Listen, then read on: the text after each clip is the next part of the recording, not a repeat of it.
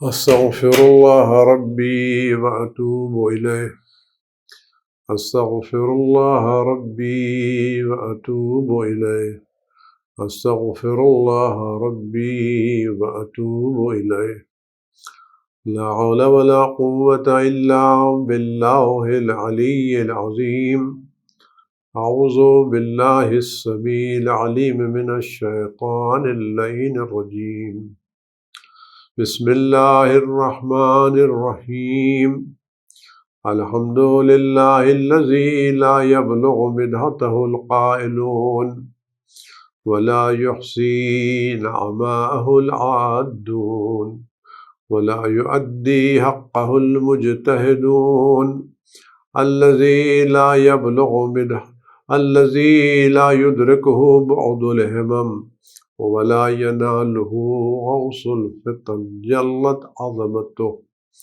والصلاة والسلام والتحية والإكرام على البشير النذير السراج المنير الطهر الطاهر الدر الفاخر العلم الظاهر المنصور المؤيد الرسول المسدد سيدنا ونبينا بالقاسم محمد صلى الله وعلى آله الطيبين الطاهرين المعصومين المظلومين الذين أذهب الله عنهم الرجس وطهرهم تطهيرا سيما على بقية الله في العالمين وخاتم أئمة المعصومين الكهف الحسين وغياث المستر المستكين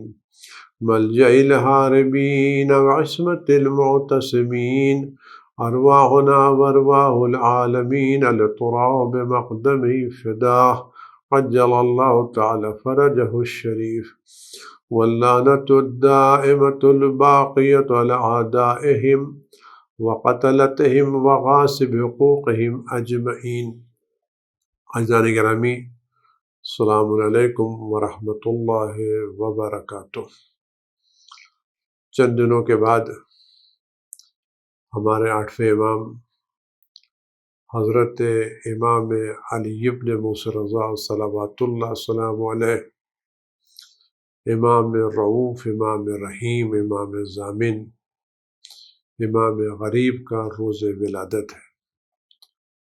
اس عظیم الشان مناسبت سے سب سے پہلے ان کے فرزند عزیز امام وقت حضرت حجت ابن الحسن عسکری صلوات اللہ السلام علیہ کی خدمت اقدس میں، اور ان کے بعد ان کے نائبین عام، ان کے مورد اعتماد مراجع کرام حفظہم اللہ تعالی، خدا ان سب کی حفاظت کرے، درجات بلند کرے، اور باقی علماء کرام جو دین اسلام اور مذہب اہل بیت میں خدمت کر رہے ہیں، اور آپ تمام مومنین اور مومنات کی خدمت میں ہدیہ تبریک و تہنیت پیش کرنے کی سعادت حاصل کرتے ہیں۔ خدا ہم سب کو اس روز سعید کی مبارکباد نصیب فرمائے، اس کی برکتیں ہم سب کے شامل حال ہوں، اور خدا بند عزیز متعال کی بارگاہ میں دست بدعائیں خدا بند عالم جلد از جلد امام وقت اور امام رضا علیہ السلام کے صدقے میں اس بلا کو ساری دنیا سے، خاص کر ان کے چاہنے والوں سے جلد دور فرمائے، زیارت کی راہوں کو جلد از جلد ہموار فرمائے۔ سال برس زیادہ ہو گیا کہ بہت سے چاہنے والے امام کی بارگاہ میں زیارت کی تمنا لیے ہوئے ہیں، اور سلام لبوں پر منڈلا رہے ہیں، اور سلام کرنے کے لیے دل اور زبان بے چین ہیں، پیشانیاں اس بارگاہ اقدس کا بوسہ لینے کے لیے بےتاب ہے۔ کتنے ایسے لوگ تھے جو اس وبا میں گرفتار ہو کے اپنی حسرتیں لے کر دنیا سے چلے گئے، خدا ان کے درجات کو بلند سے بلند تر فرمائے، اور ان کی نیتوں کے مطابق ان کو زیارت امام کا شرف نصیب فرمائے۔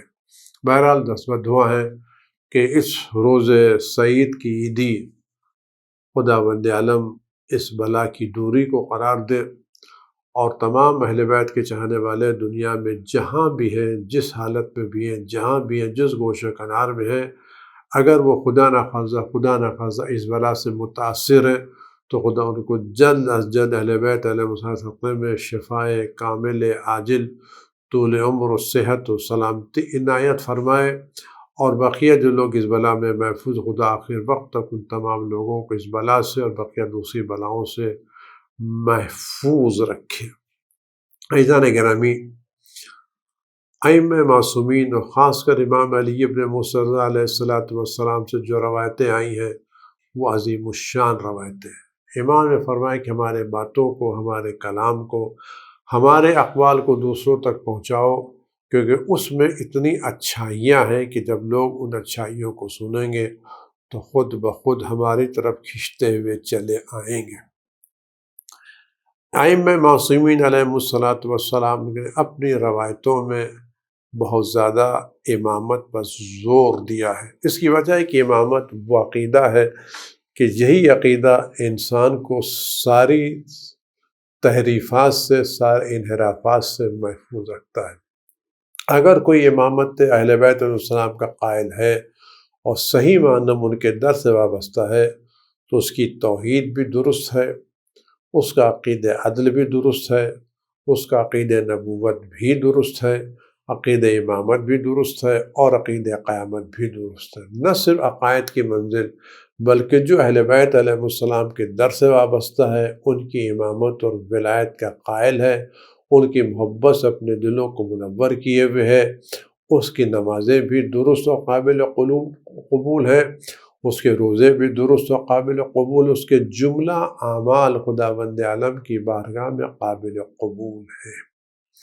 اہل بیت علیہ امامت اور ولایت عقائد کی بھی تصحیح ہے، اور اعمال کی بھی تصحیح ہے، اور اخلاق کی بھی تصحیح ہے، اور وہ تمام حضرات جو کسی بنا پر اہل بیت کی ولایت سے منحرف ہیں یا دور ہیں، یا ان کو اس اعتبار سے تسلیم نہیں کرتے جو خدا نے معین کیا ہے۔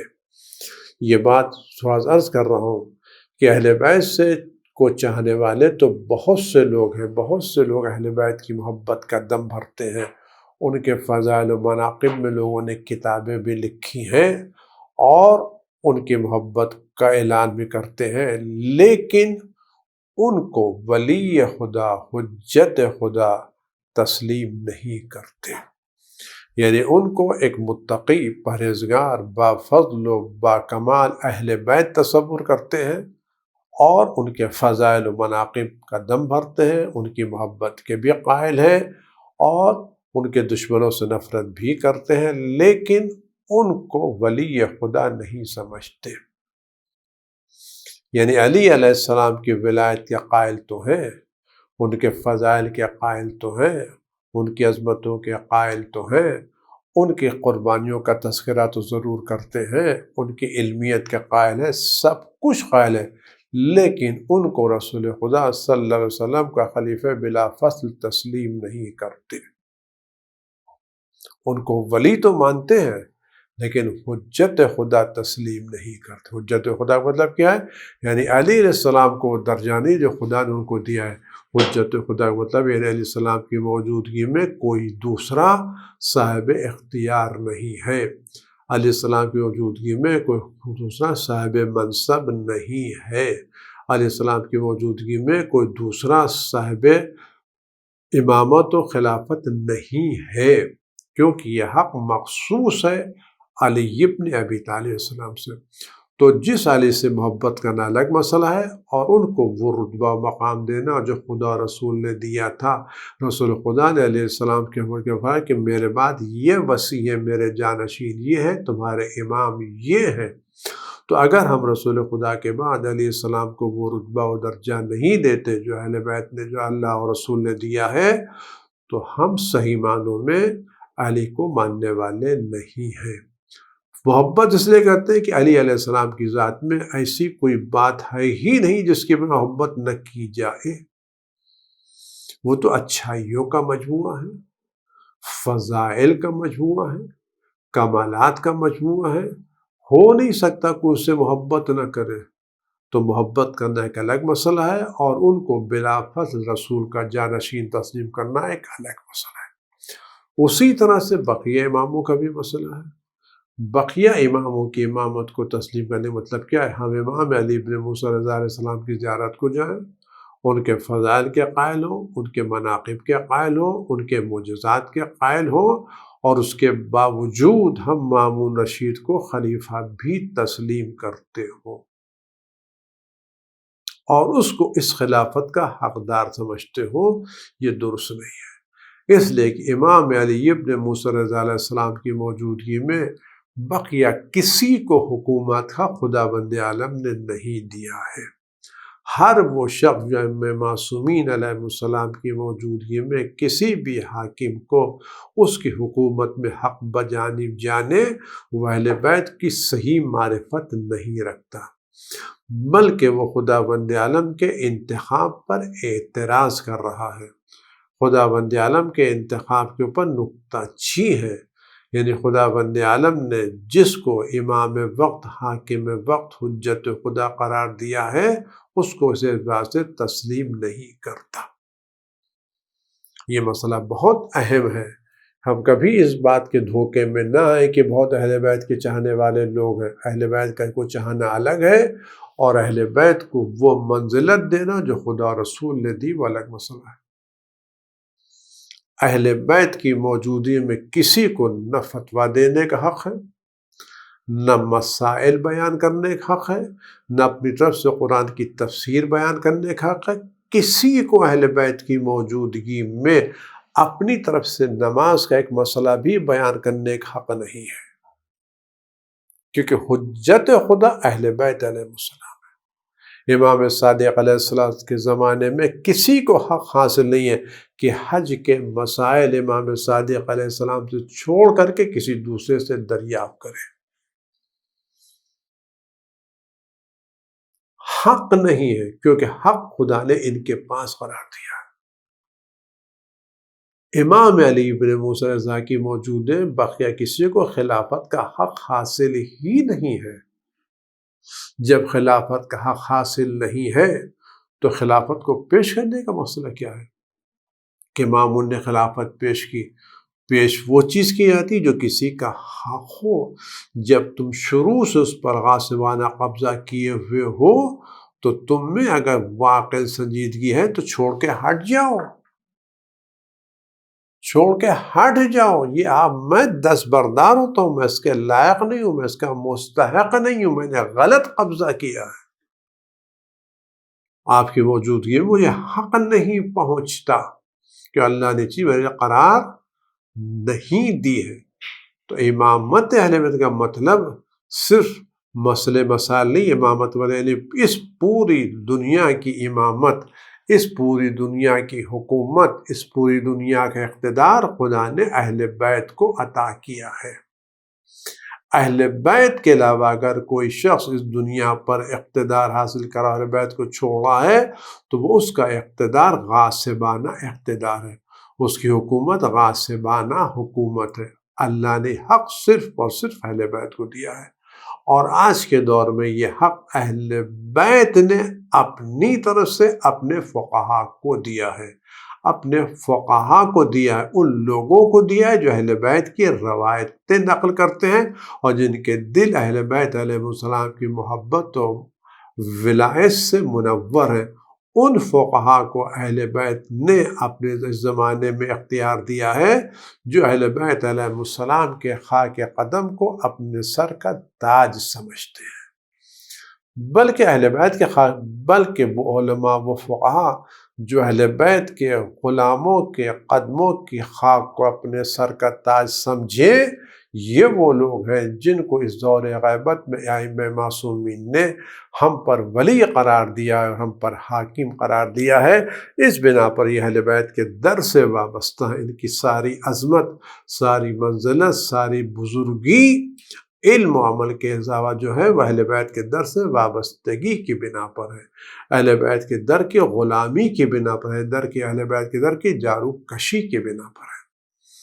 امام علی ابن موسیٰ رضا علیہ السلام نے امامت کے موضوع پر ایک طویل حدیث ارشاد فرمائی ہے. آپ غور کریں، اس امامت کے موضوع کو اگر ہم صحیح طور سے نقل کر لے جائیں اور امامت کی منزلت کو ہم صحیح طور سے سمجھ لے جائیں تو یہ بات خود بخود آ جائے کہ ہم دنیا کے کسی بھی شخص کو امام کے برابر کا درجہ نہیں دے سکتے. اگر امامت کی منزلت صحیح معنوں میں ہمارے دلوں میں روشن ہو جائے اور ہمارے دل و دماغ امامت کے مفہوم سے منور ہو جائیں تو آپ یقین جانیے ہم دنیا کے بڑے سے بڑے عالم ہو، فقیہ ہو، مجتہد ہو، محدث ہو، کوئی بھی ان کو اہل بیت کے برابر کا درجہ نہیں دے سکتے. نہ ایک کو بلکہ سب کو ملا کر کے بھی اہل بیت کے برابر نہیں قرار دے سکتے. اگر کوئی شخص کسی کو بھی اہل بیت کے برابر کا درجہ دے رہا ہے تو آپ یقین جانیں وہ امامت کی منزلت سے واقف نہیں ہے. میں چھوٹی سی مثال دے کر کے بات واضح کروں کہ اگر ان چیزوں کے بعد ان کو اہل بیت کا درجہ مل جاتا ہے اور ان کو برابری کا درجہ دیا جاتا ہے، اس کا مطلب کیا ہے؟ اس کی چھوٹی، اگر کوئی شخص کسی منزلت کے لیے، کسی کرسی کے لیے، کسی مقام کے لیے، کسی پوسٹ کے لیے اگر کہیں گورنمنٹ نے کسی نے پی ایچ ڈی کی شرط رکھی ہے اور کہ یہ کرسی، یہ منصب اس کو ملے گی جس نے فلاں مضمون میں پی ایچ ڈی کیا ہوگا، ڈاکٹریٹ کیا ہوگا. اگر اس کرسی اور منصب کے لیے پی ایچ ڈی کی ڈگری شرط ہے، اگر وہی منصب ایک پرائمری کے اسکول کے پڑھے ہوئے لڑکے کو دے دے، بلکہ اس کو دے دے جو ابھی پرائمری کے پہلے کے جی میں پڑھ رہا ہے، اگر ہم کے جی میں پڑھنے والے درجے کو وہی پوسٹ، وہی کورس دے دے، وہی کرسی دے دے اور وہ اختیار دے دے تو پوچھے اگر یہی کرسی کے جی کو دی جانے والی تھی تو پھر پی ایچ ڈی کی شرط لگانے کی کیا ضرورت تھی؟ اگر اس کرسی پر، اس ریاست پر، اس منزلت پر ایک کے جی کا لڑکا بیٹھ سکتا ہے تو اس میں پی ایچ ڈی کی شرط لگانے کی کیا ضرورت تھی؟ عقل بات قبول کر دے. تو اگر امامت کے درجے کو ہم بقیہ لوگوں کو اس منصب پر لے آ سکتے ہیں تو اس میں امامت میں عصمت کی حد لگانے کی کیا ضرورت تھی؟ اس امامت کے علم الہی کی ضرورت کیا تھی؟ اس امامت کے لیے افضلیت کی ضرورت کیا تھی؟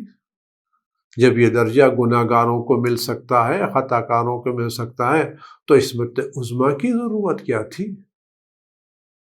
جب یہ درجہ چند پڑھے لکھے لوگوں کو مل سکتا ہے تو علم الہی اور علم لدنی کی شرط کی کیا ضرورت تھی؟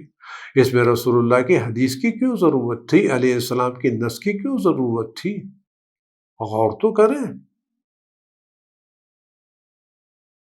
یہ کیا ہے؟ یہ اس بنا پر ہے کہ ہم اہل بیت کی عظمتوں سے واقف نہیں ہیں،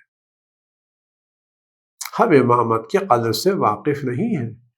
آج کے دور میں ضرورت ہے دل کھول کر کے تحقیق کے ساتھ امامت کے مسائل کو لوگوں کے سامنے پیش کرنے کی، امامت کے مسائل کو بیان کرنے کی کہ امامت ہے کیا، درجہ امامت کیا ہے، فضائل امامت کیا ہیں. امامت کی فضیلت ہم نہیں بنیں، امامت کی فضیلت امام ہی بنتے. امام علی بن زید فرماتے ان الامامت ہی منزلۃ الانبیاء، امامت انبیاء کی منزل ہے، وہ ورث الاوصیاء اور اوصیاء کی میراث ہے.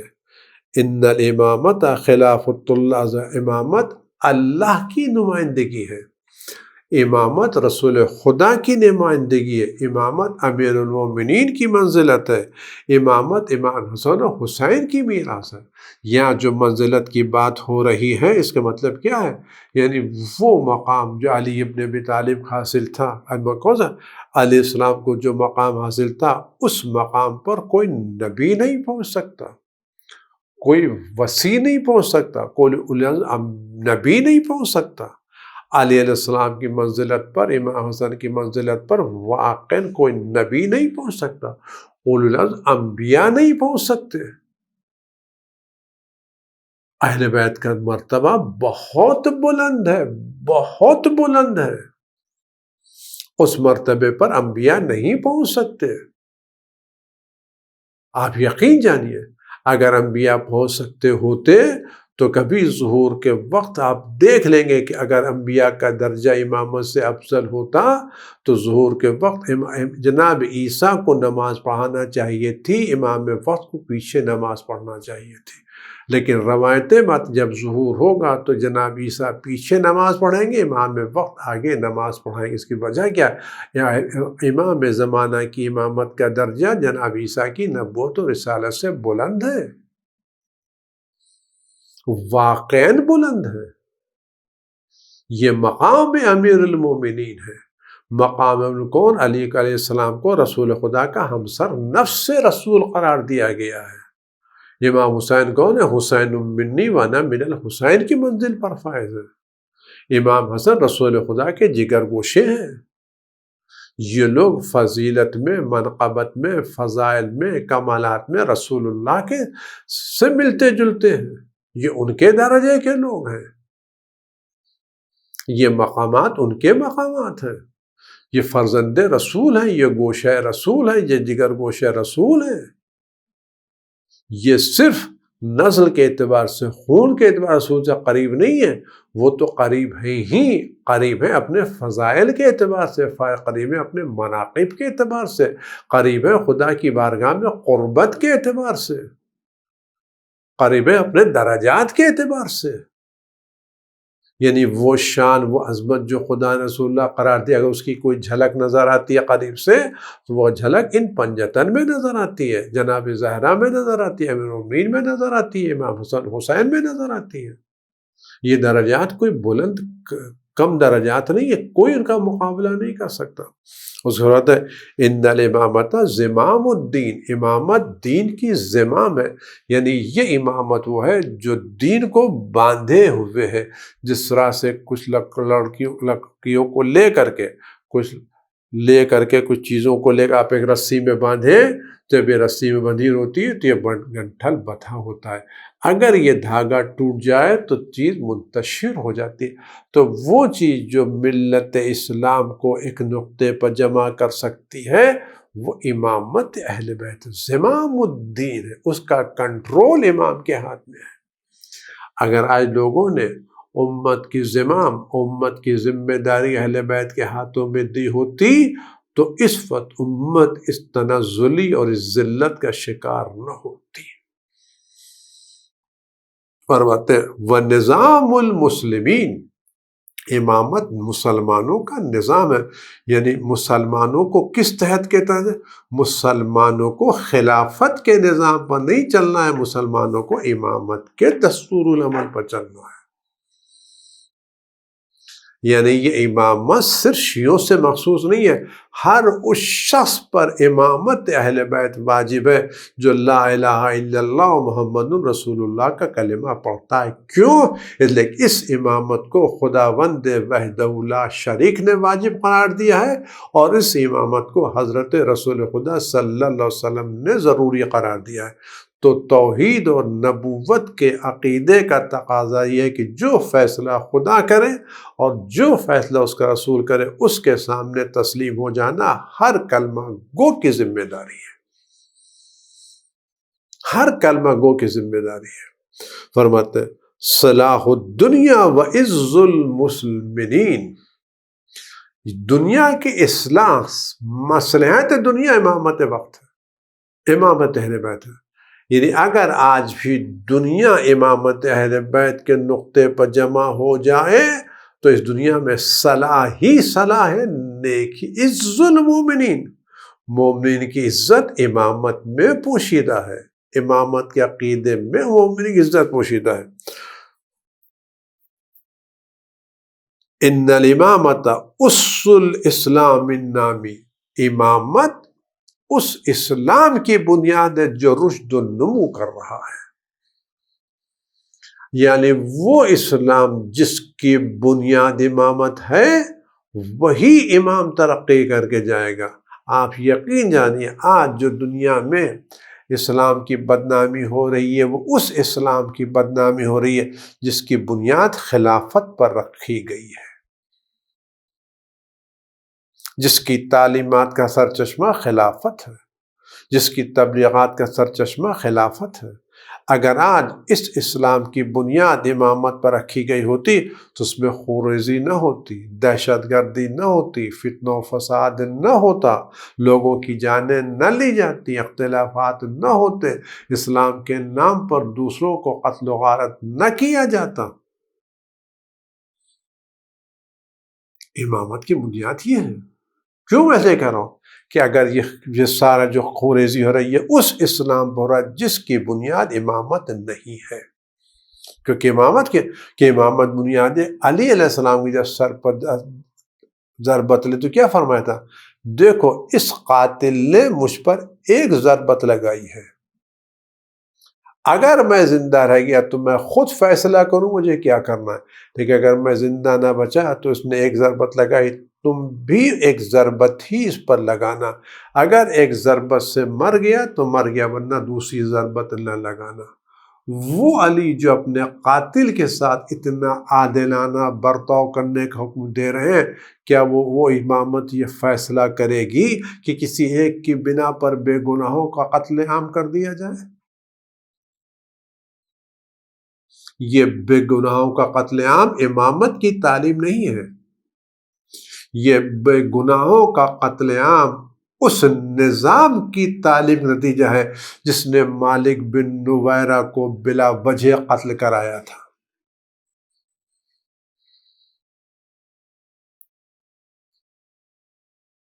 جس نے سعد بن عبادہ کے اوپر تیر چلوائے تھے۔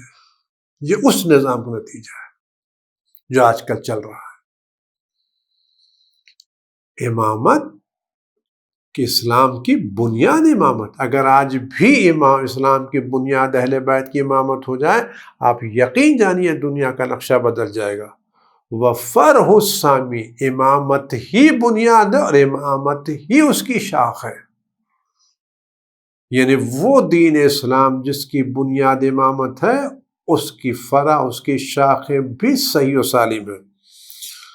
بالامام تمام الصلاۃ والزکوٰۃ والصیام والحج والجہاد، امام کی بنیاد پر، امامت کے عقیدے کی بنیاد پر، امام کے عقیدے کی بنیاد پر نماز مکمل ہے، یعنی وہ نماز جس میں عقیدہ امامت نہیں ہے خدا کی بارگاہ میں وہ نماز قبول نہیں ہے۔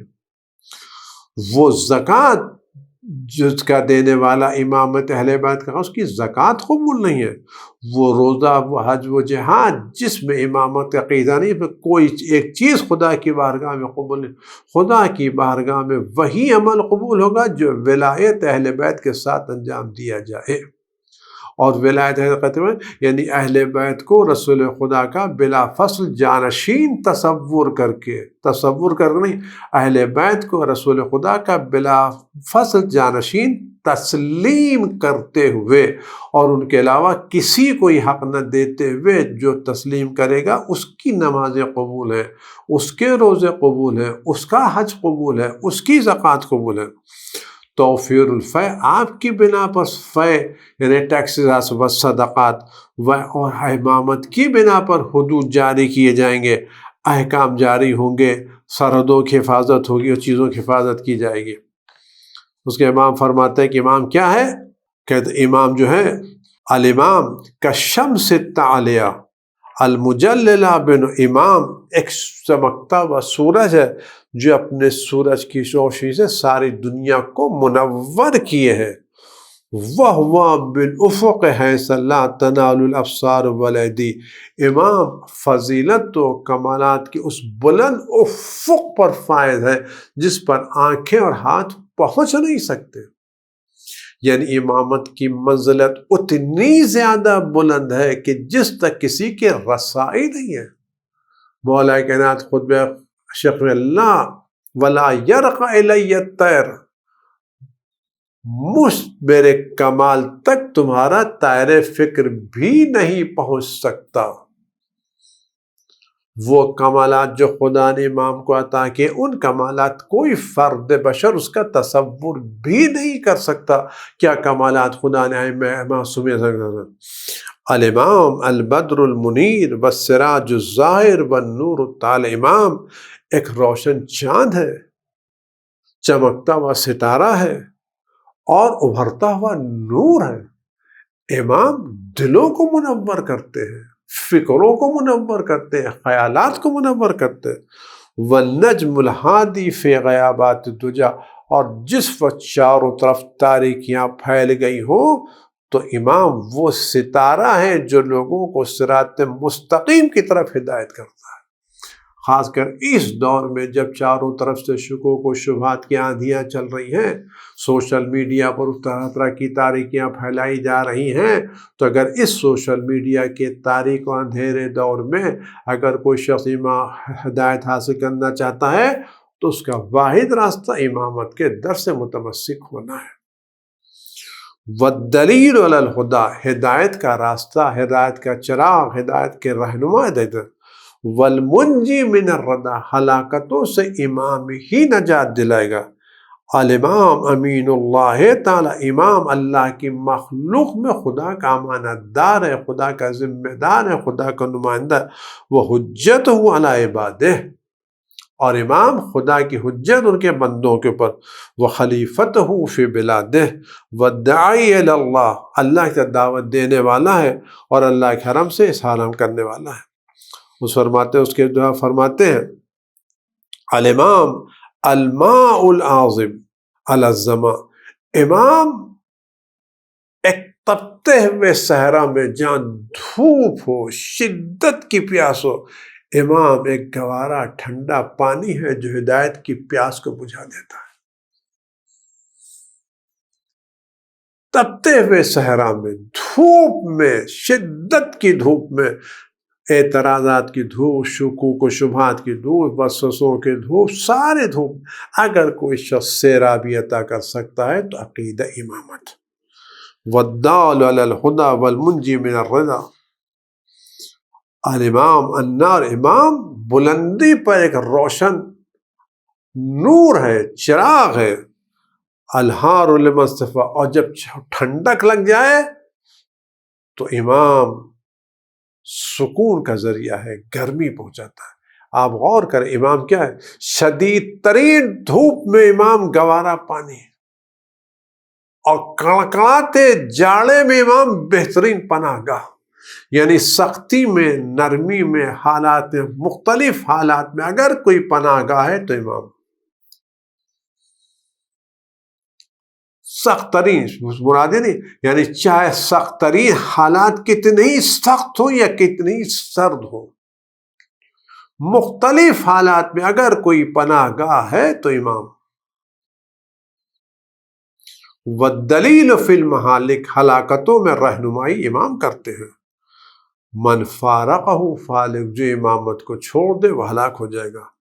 الامام السحاب الماطر، امام برسنے والا بادل ہے۔ والغیث الحاطل، موسلا دھار بارش ہے۔ والشمس المضیہ، چمکتا ہوا سورج ہے۔ والسماء ذلیلہ، اور سایہ کرنے والا آسمان ہے۔ والارض البسیطہ، ہموار زمین ہے۔ والعیون، چارنے والا چشمہ ہے۔ والغدیر والروضہ، تالاب ہے۔ بہترین چیزیں ہیں۔ الامام الانیس الرفیق، امام بہترین مونس، بہترین دوست۔ والوالد الشفیق، امام مہربان باپ۔ والاخ الشقیق، ہاتھ بٹانے والا بھائی۔ والام البررہ بالولد الصغیر، اور ایک ماں جس طرح اپنے چھوٹے سے بچے اس سے زیادہ امام اپنے چاہنے والوں سے محبت کرتے ہیں۔ والمحفظ العباد فی، اور امام لوگوں کو جہنم کی آگ سے بچانے والے ہیں۔ یہ تھوڑے سے فضائل تھے جو میں نے آپ سامنے امام علی بن حسین السلام کی حدیث سے نقل کیے ہیں، اور یہ جتنی خصوصیتیں امام علی ابن موسیٰ رضا نے امام کے تعلق سے بیان فرمائی ہیں، یہ سب کی سب خصوصیتیں اپنے تمام کمال و جمال کے ساتھ حضرت ولی صلوات اللہ سلام علیہ کی ذات اقدس موجود ہے۔ یعنی اس وقت امام زمان حضرت حجت بن حسن کی عسکری کی ذات ان تمام خصوصیات کا مجموعہ ہے۔ یعنی وہ سارے کمالات جو امامت کے بیان کیے گئے، یہ سارے کمالات اس وقت ہمارے امام زمانہ کی ذات میں پائے جاتے ہیں، یعنی ان صفات کا حامل آج بھی زندہ ہے۔ ایک مجموعہ صفات کمال ہے جو ہمارے درمیان موجود ہے۔ وہی شان و شوکت، وہی عزت، وہی عظمت کے ساتھ امام وقت کی ذات موجود ہے، وہی تمام خصوصیت جو تھی ان کے موجود ہیں۔ ہم جس طرح آج بھی امام وقت کی ذات بہتر، ہر وہ شخص جو اس دور غیبت میں، زور فتنہ و فساد میں، ہلاکتوں سے محفوظ رہنا چاہتا ہے، اس کا واحد راستہ امام وقت کی پناہ میں آ جانا۔ خدا ہم سب کو عقیدہ امامت کی صحیح بصیرت، صحیح معرفت عطا کرے، اور اس بصیرت و معرفت میں روز بروز اضافہ فرمائے، اور آخر دم تک ہمیں اس امامت کے عقیدے پر ثابت قدم رہنے کی توفیقات عنایت فرمائے، اور امام وقت کے دیدار کی زیارت ہم سب کو جلد جلد نصیب فرمائے، اور ان کے دست مبارک کا بوسہ لینے کی، اور ان کے قدموں کی خاک کو سرمہ چشم بنانے کی ہم سب کو سعادت نصیب فرمائے۔ قلب مقدس امام زمان کو ہم سب سے راضی خوشنود فرمائے، اور اس مبارک و مسعود دن کی سعادت و برکت بنا پر اس بلا کو دور فرمائے، اور ہم سب کو محفوظ، ہم قلب مقدس امام زمان کو ہم سب سے راضی و خوشنود فرمائے۔ والسلام علیکم ورحمۃ اللہ وبرکاتہ۔